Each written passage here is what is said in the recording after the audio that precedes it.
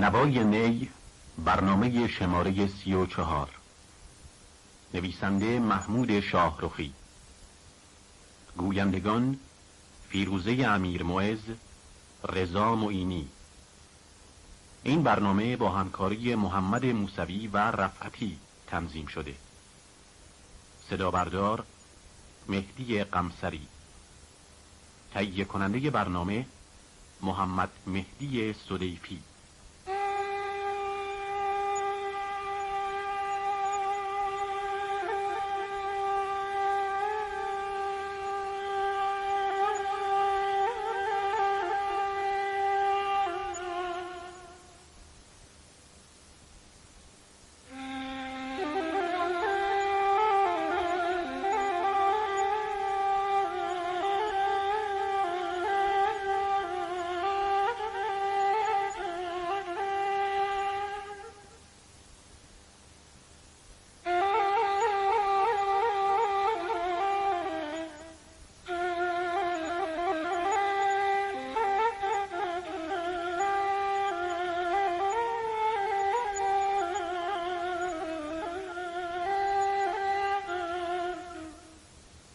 بشنو از نی چون حکایت می کند و از جدایی ها شکایت می کند. کز نیستان تا مرا ببریده اند، از نفیرم مرد و زن نالیده اند.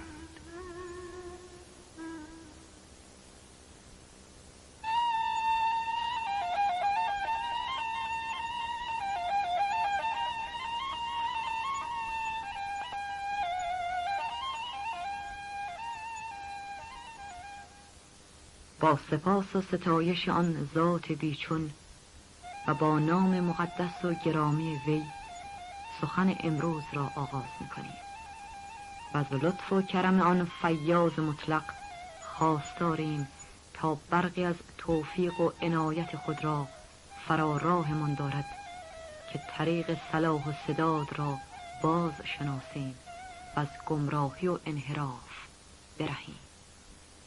گر نبودی از او عنایت پاک، کی شدی تاجدار مشتی خاک. هر که را آن حق حصار شود، عنکبوتیش پرده دار شود. از این پیش گفتیم که مولانا پس از چندی اقامت در شهر حلب راهی دیار دمشق شد و در آن سامان مقام کرد و در مدت اقامت خیش در آن خطه از محضر علما و محفل عرفای نامدار بهره‌ها جست و ذاتها اندوخت و به بزرگترین موهبت یعنی دیدار مراد خیش شمس الدین تبریزی نائل آمد و دریچه‌ای از جهان معنی به روی دلش گشاده گشت.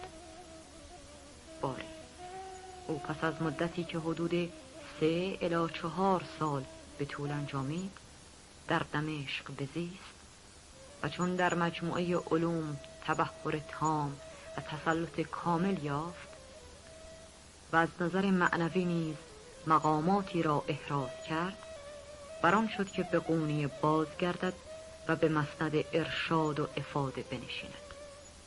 از این روی عازم این شهر شد و عنان عزیمت به ثوب قونیه کشید. را مددی ای دلیل راه، که من به کوی میکده دیگر علم برافرازم. مولانا پس از چندی اقامت در حلب و دمشق که مجموع آن 7 سال یا قدری بیشتر بود، به جانب قونیه عزیمت کرد و چون به قیصریه رسید، علما و اکابر و عرفا به پیشباز آن نخبه اهل بینش فرا رفتند و به اعزاز و اجلال تمام به شهرش درآوردند. چون به قونیه باز آمد، پیر طریقت و مرشد راه خیش سید برهان الدین را دیدار کرد و بر دست او بوسه داد و رسم اخلاص و ارادت به جای آورد و آن شیخ کامل و مرد راهبین، چنان که رسم و شیوه ارباب طریقت و رهسپاران راه حقیقت است، مولانا را به ریاضت و چله نشینی امر فرمود تا در پرتو انوار سعی و مجاهدت و به مدد مراقبه و ریاضت به مقام انس و محفل قرب و مشاهدت نائل آمده، جمال شاهد ازل در آینه دلش رخ گشاید. دل من رای تو دارد، سر سودای تو دارد، رخ فرسوده زردم غم صفرای تو دارد. ز تو هر هدیه که بردم به خیال تو سپردم، که خیال شکرینت فر و سیمای تو دارد. گل صد برگ به پیش تو فرو ریخت ز خجلت، که گمان برد که او هم رخ زیبای تو دارد. اگرم در نگشایی ز ره بام برایم، چه کند این دل مسکین که حیاهای تو دارد.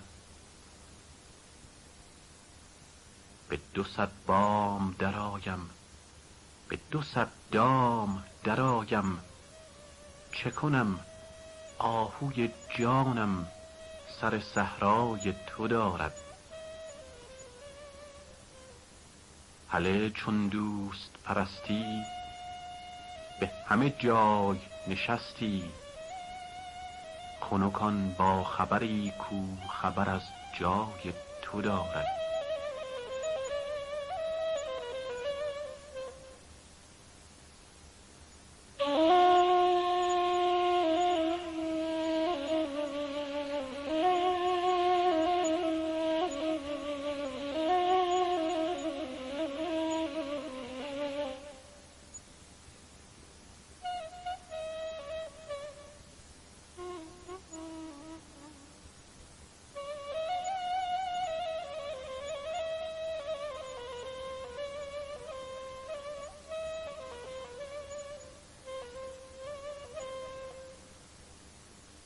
دل من رای تو دارد،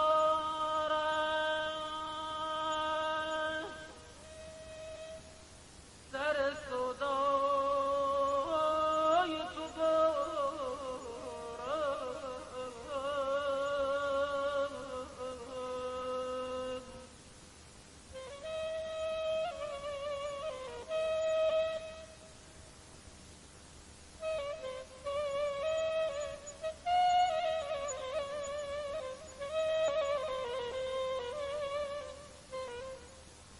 دل من رای تو دارد،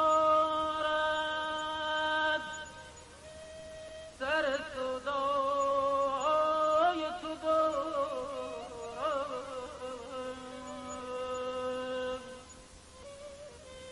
رخ فرسوده زردم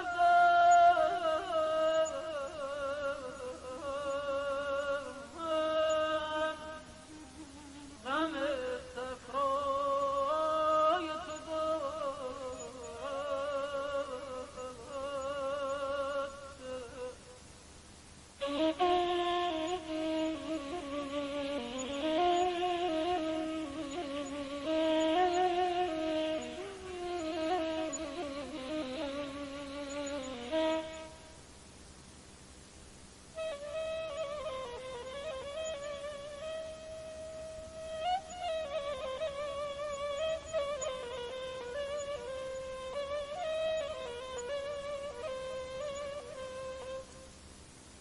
تو هر هدیه که بردم به خیال تو سپردم،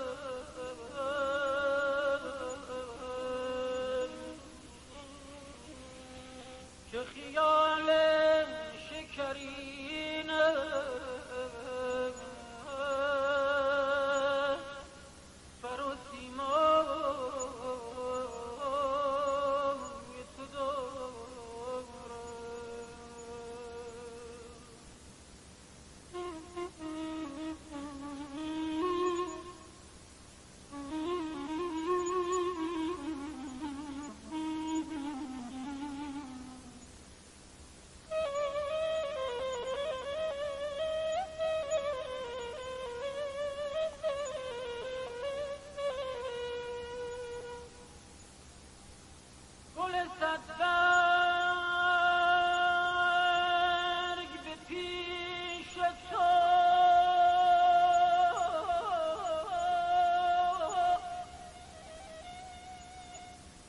گل صد برگ به پیش تو فرو ریخت ز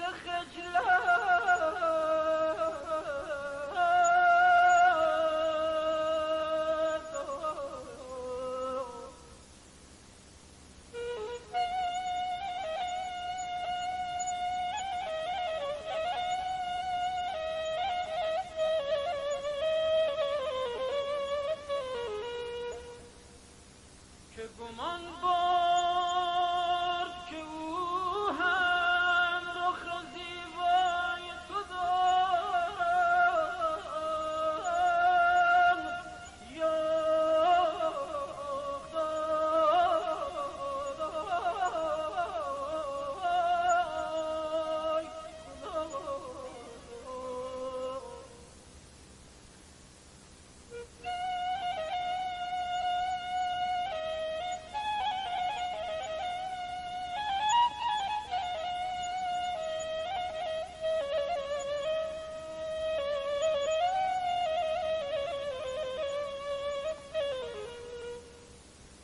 اگرم در نگشایی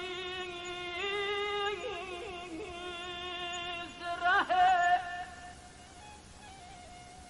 بام برایم چه کند این دل مسکین که حیاهای تو دارد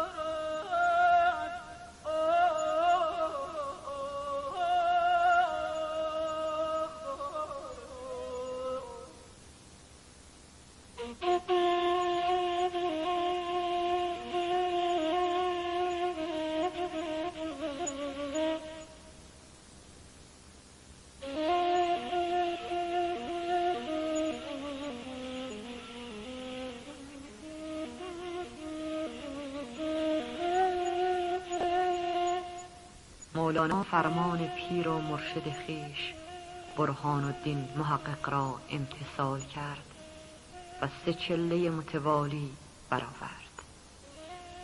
پس از آن سید نقد وجود این صراف عالم معانی را به محک تجربت بیازمود و ز وجودش را بی غش و کامل عیار یافت و دانست که دیگر نیازی به ریاضت و مجاهدت ندارد. سپاس حضرت حق را به جای آورد که در تعلیم و تربیت آن شاه باز فضای ملکوت کارش قرین توفیق بوده است و توانسته مراتب حق گزاری خویش را نسبت به مراد خود سلطان العلماء بهاءولد پدر مولانا به انجام رساند. گریه شام و سحر شکر که ضایع نگشت، قطره باران ما گوهر یک دانه شد. چون برهان الدین مولانا را در مراتب کمال ظاهر و باطن کامل عیار یافت، بدو اجازه ارشاد و دستگیری سالکان و تربیت طالبان را ارزانی داشت و فرمان داد تا به هدایت و راهنمایی سرگشتگان وادی حیرت و ضلالت برخیزد و با دم گرم و انفاس مسیحایی خویش مردگان عالم طبع و بردگان هوای نفس را زندگی و حیات بخشد و از عبودیت تن رهاشان سازد. نور حقی و به حق جذاب جان، خلق در ظلمات وهمند و گمان. بی تردید آدمی برای وصول به مقام شامخ انسانیت و رسیدن به مرحله کمال ناگزیر باید دست در دامان انسان کامل زند و در پرتو چراغ هدایت و ارشاد وی مدارج کمال و فوز و فلاح و رستگاری را بپیماید تا سرانجام به کوی معنی و حقیقت بار گشاید و رسیدن بدین مقام جز در پناه انسان کامل محقق نشود و امکان نیابد که آفات راه بسیار است و خطرات بیشمار. گذار بر ظلمات است خضر راه کوه، مباد کاتش محرومی آب ما ببرد. بیشک جز آنان که به مقتضای مشیت ازلی و عنایت سرمدی از انحراف و لغزش مسونند و در حسن و باروی عصمت الهی از خطا و اشتباه در امان، دیگر تمام افراد انسان نیازمند رهبرند و محتاج راهنما که بی رهبر طی طریق و گذشتن از گردنهای صعب و نشیب و فراسای این راه غیر مقدور است. پس بر آدمی است که با جهد و کوشش در صدد و در جستجوی انسان کامل براید و به پناه او گریزد. باشد که از خطرات راه و عقبات مهلک جان به سلامت برد و بار امانت به سرمنزل مقصود رساند. پیر را بگزین که بی پیر این سفر هست بس پر آفت و خوف و خطر. گر نباشد سایه او بر تو گول، بس تو را سرگشته دارد بانگ غول. غولت از ره افکند اندر گزند، از تو راهی تر در این ره بس بودند. بالجمله مولانا به دستور برهان الدین به مسند ارشاد و دستگیر سالکان برآمد و هدایت سرگشتگان را تعهد کرد و او را در این دوران با استاد و مراد خویش برهان الدین مجلس ها و صحبت ها بود و انکشاف رازها، و این دو جان صافی از درد و دو روح پاک عاری از جسم در گلشن معنی و گلزار حقایق تفرج ها داشتند و سیرهای معنوی می کردند و از مصاحبت یکدیگر شادمان بودند که از مصدر قضا برهان الدین را فرمان در رسید و نفس مطمئنه او را ندای ارجعی دادند و آن انسان کامل و عارف واصل رخت به گلزار جنان کشید و در جوار روح و رضوان الهی بیارمید. دریغا که از میان ای یار رفتی، به درد و حسرت بسیار رفتی. چه شد آن نکته ها و آن سخن ها، چرا ای طوطی از گفتار رفتی؟ لطیف و خوب و مردموار بودی، درون خاک مردم خوار رفتی. چه شد دستی که دست ما گرفتی، چه شد پایی که در گلزار رفتی؟ زهی داغ و زهی حسرت که ناگه سفر کردی مسافروار رفتی. کجا رفتی که پیدا نیست گردت، چو جان در عالم اسرار رفتی.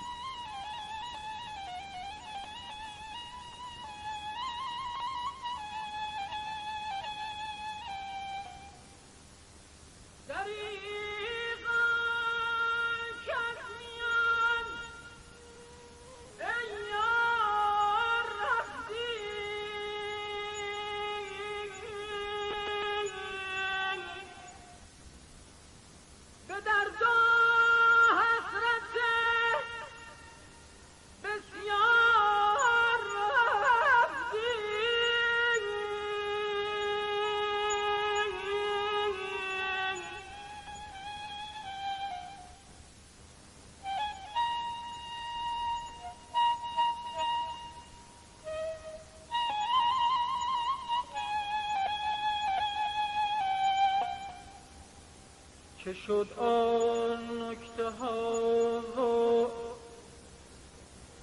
آن سخن ها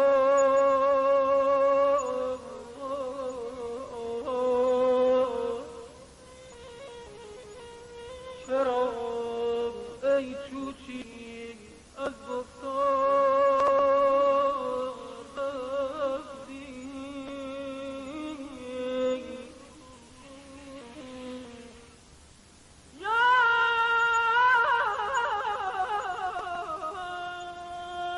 زهی داغ و زهی حسرت که ناگه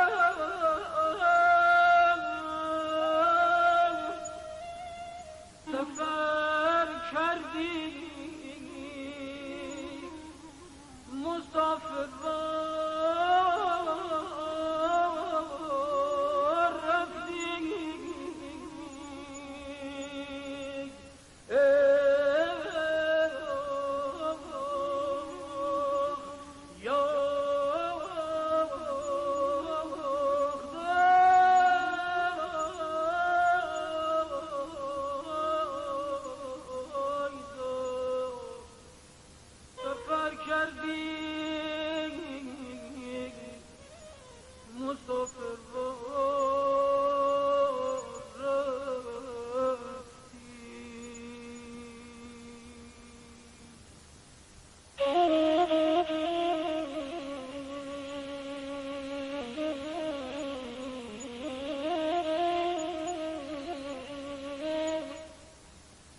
باری برهان که به گفته مولانا نور بود به عالم نور پیوست و جان علویش از قفس این تیر خاکتان رهایی یافت و به نور حقیقت پیوست. مدت مصاحبت و ارتباط مولانا با برهان محقق 9 سال تمام بود و سید را بر مولانا چه در علم ظاهر و چه در مراتب باطن حقی عظیم است و عظمت و جلالت قدر این عارف کامل را در آینه وجود مولانا میتوان دید. تا نگذری از جمع به فردی نرسی، تا نگذری از خویش به مردی نرسی، تا در ره دوست بی سر و پا نشوی، بی درد بمانی و به دردی نرسی. وقت ما به پایان رسید و قصه عشق همچنان ناگفته بر جای ماند.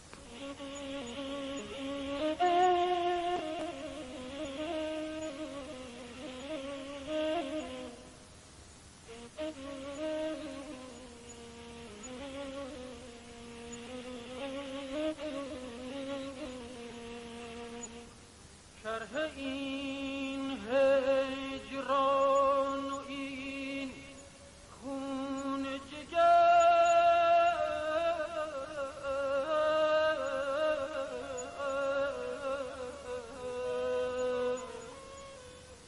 این زمان بگذار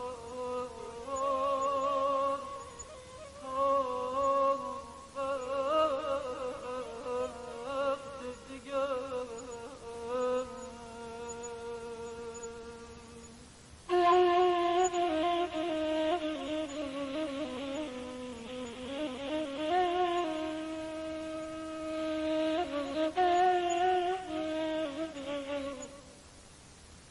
اکنون همه عزیزان شنونده را به خدا می سپاریم و برای همگان خواستار نیک بختی و سعادتی.